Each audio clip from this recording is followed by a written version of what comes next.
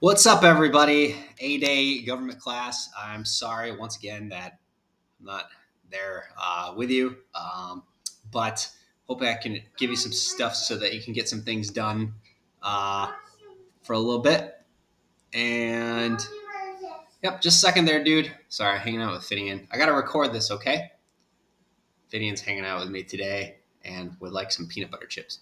But give me 5 minutes, all right? Okay, thank you. Anyway, maybe he'll make an appearance in a second. So today's September 6th, and we're actually moving on to a new topic. And I will finish this with you next time I see you, hopefully. But I'd like you to start it today because you move into topic 2 on the unit guide. We're talking about the things that led up to the creation of the American government. And one thing that's really important, it's going to be important for your recommendation to Carly Land and also just to generally understanding how the U.S. Created their government, or the United States created its government. We'll look at how can we see Enlightenment principles in the American structure of government. So I got a little topic 1 assessment practice warm up for you. Then I'll give you the overview of the assignment that I want you to work on today, and that's going to be your main priority. And then after that, if you want to work on project task 1 or comparing the nations, if you haven't finished all of that yet, but do this Enlightenment thing first, okay? Short topic 1 assessment, next class. So for you, I moved it back to not to Tuesday, but to Thursday. We'll check in on Tuesday. If you feel like doing it on Tuesday, we can do it on Tuesday. And then project log 1 is going to be due at the end of next class time. We'll talk more about that later. So don't freak out about that. So, yeah. So this is the warm up. So this is what one of the tasks on the quiz is going to look like. So the quiz is on a proficiency scale at 1 to 3. So the 4.0 isn't here yet. It'll be at the end of the Unit 1 assessment, the big one. But you can get up to a 3 this time, which is a 95%, which is an A. So there's an example right there. I'd like you to read it to yourself and then pause the video for a little bit and see if you can, or go back to it later if you want to, and see if you can answer these 4 questions. So I gave you a example, completely fictional nation of California and what its government looks like. And what I'm going to ask you is, can you tell me what type of government it has based on the participation of the people? I'm going to ask you what type of government does it have based on the distribution of power between the national and local governments. And we learned about 3 different kinds, so you can tell me which one it is. Here, there's 3 basic kinds that we learned about. 3.5, I guess. And then what type of government does it have based on a relationship between the legislative and executive powers? And there's 2 different types there. So as long as you can answer those correctly based on the information, then you're great. You're applying the knowledge that you have. And then for D, I want you to select one of the characteristics from A, B, or C and explain how California's government would be different if it had a different structure. And it's got to be one of the ones that we learned about. So for example, if you think that they have a oligarchy, how would it be? What would it look like? What would it look like that would be different if it had a democracy or a direct democracy? If you think it had indirect democracy, what would a direct democracy look like? What would an autocracy look like? If you think it's federalist, what would it look like if it had a unitary government? So you're only picking one of the characteristics for that one. So that's the 3.0 task. So pause me now and I'll wait like 5 seconds and you can work through that if you want to, and we'll talk about it next time. But that's a good practice. The best way to study for a test is to actually test yourself the way you're going to be tested. So that is an example.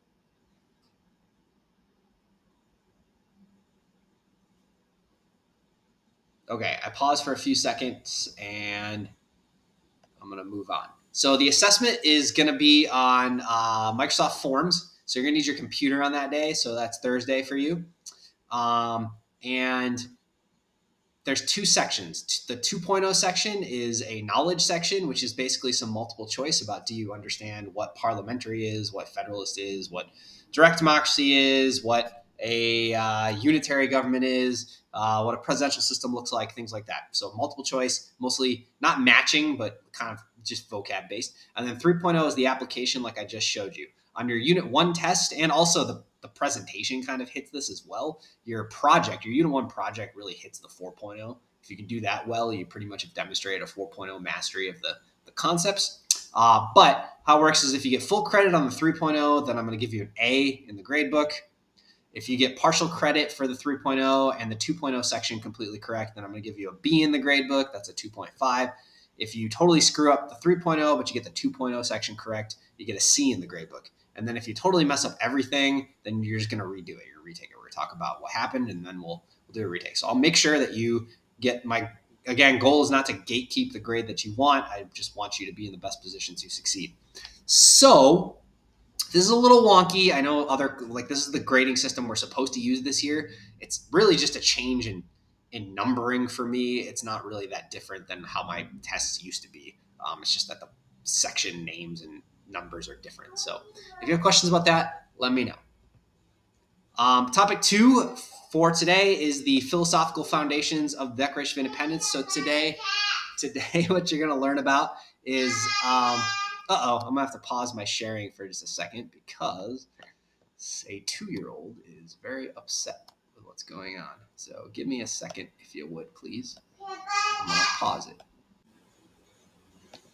Sorry, we're back again. Other thing, I'm going to make a review video of the major concepts so you can go through that again as well. And we'll talk about that practice scenario next time. So we're going to do this next time. But one thing to think about is as we move into talking about how the U.S. structured and set up its government, I might want to think about why the British colonists in North America declared their independence from Britain in 1776, because that's going to be a key part of what we're going to be doing. But we'll get that next time, because this actually kind of happens before. So the Enlightenment is one of the big causes of the American Revolution. You may have heard of it before in your history class or elsewhere. But it happened between 1685 and 1815, and it happened in multiple waves, mostly in Europe, although Britain and France take most of the credit, but it kind of went all throughout Europe. Switzerland, for example.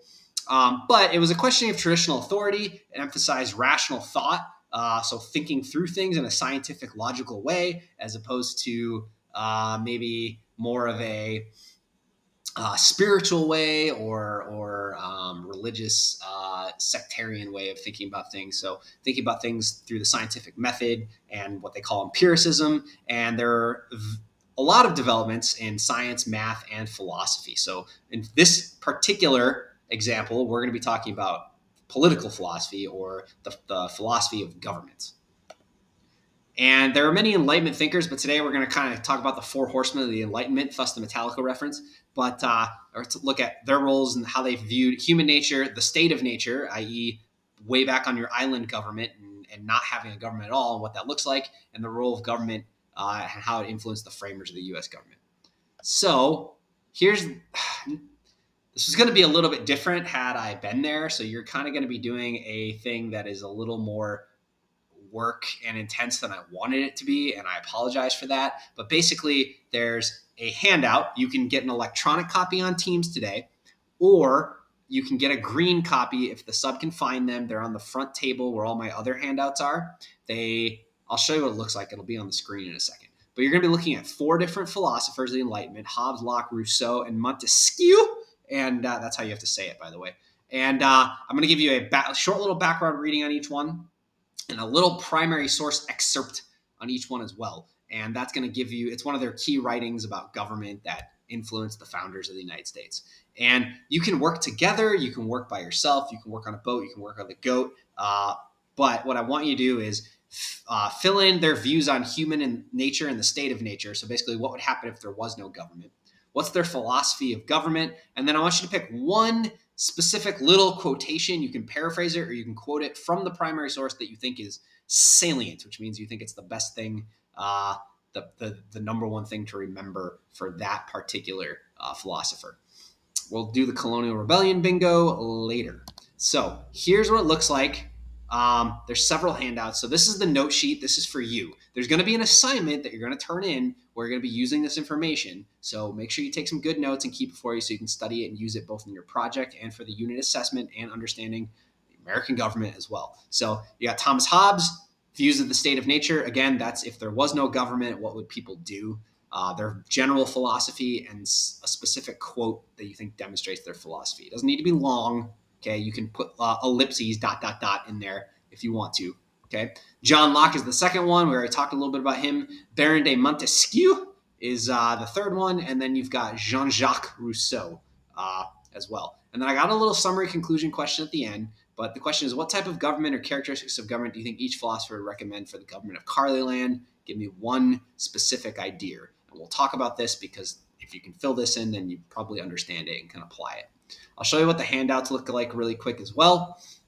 So normally this was going to be like a stations or some other type of jigsaw activity, but since I'm not there, I'm going to try to keep it a little less complicated.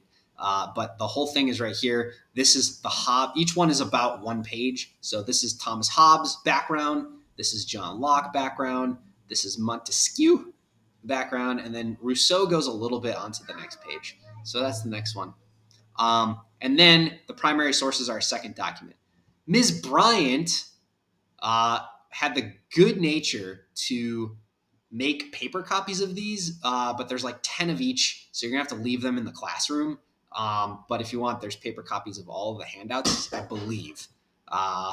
So these are the primary sources. You got Thomas Hobbes and an excerpt, John Locke excerpt, The Social Contract, Jean-Jacques Rousseau, and then Baron de Montesquieu, Spirit of Laws. So that's what we're doing the first task, okay? Make sure you get this done before anything else. And then after that, you can work on your unit project. What I would suggest doing is filling out that grid for the different countries. And then if you get done with all of that, you should actually already have, what is it? This one, I think. Hopefully pick the right one.